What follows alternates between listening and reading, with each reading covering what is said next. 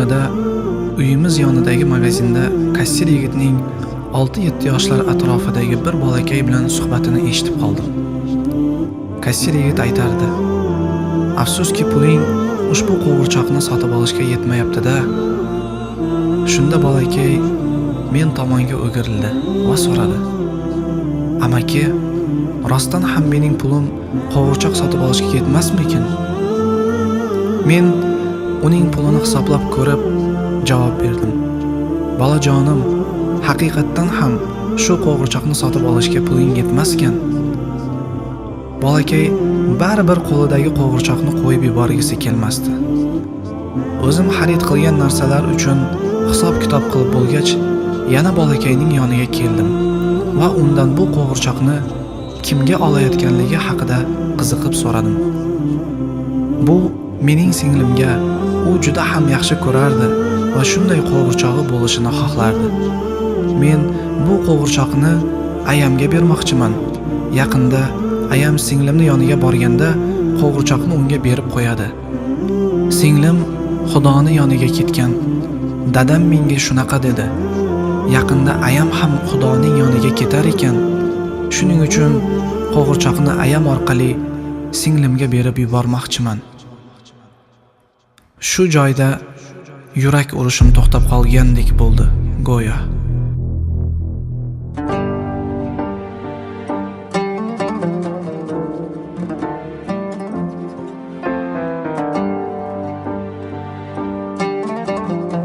Bu rasmni ham ayam o'zi bilan olib ketishini xohlayman. Shunda singlim meni unutib qo'ymaydi. Men ayamni juda ham yaxshi ko'raman. U meni tashlab ketishini xohlamayman. Lekin dadamning aytishicha, ayam singlimni yoniga bormasa bo'lmas ekan. Agar sen pullaring qo'g'irchoq sotib olishga yetadi deb hisoblayotgan bo'lsang, balki boshqatdan ularni sanab ko'rarmiz. Shunda bolakayga ko'rsatmasdan sekingina pul qo'shib qo'ydim va biz qaytadan sanab ko'rdik. Endilikda pul miqdori qo'g'irchoq sotib olishga bemalol yetar edi. Hattoki biroz ortib ham qoldi. Rahmat Xudojon, menga pul berganing uchun. Kecha uxlashdan oldin Xudodan menga pul berishini iltimos qilgandim. U pulga singlimga berib yuborish uchun qo'g'irchoq sotib olmoqchi edim. Xudo meni eshitibdi.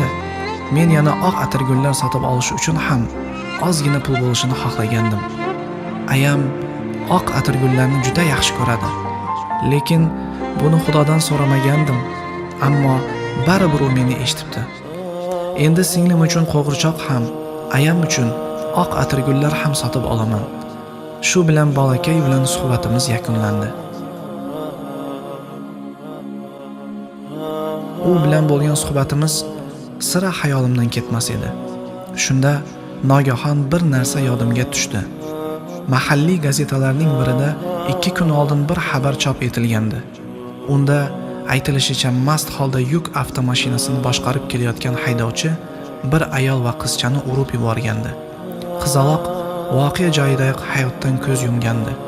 Onasi esa og'ir ahvolda kasalxonaga yetkazilgandi. Shifokorlar umid yo'qligini aytishgani uchun ayolning yaqinlari unga sun'iy hayot berib turgan apparatni uzishga rozilik berishgandi.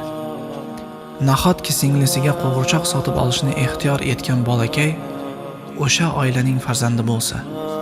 Oradan yana 2 kun o'tib, o'sha gazetada ayol ham vafot etganligi haqida yangi xabar bosildi.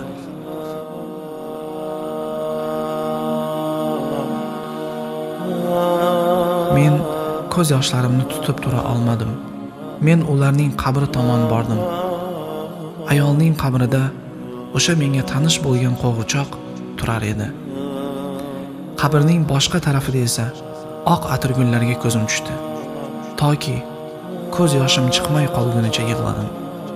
Shu onda his qildimki, bu voqeadan keyin hayotga bo'lgan qarashim tubdan o'zgarishi tabiiy edi.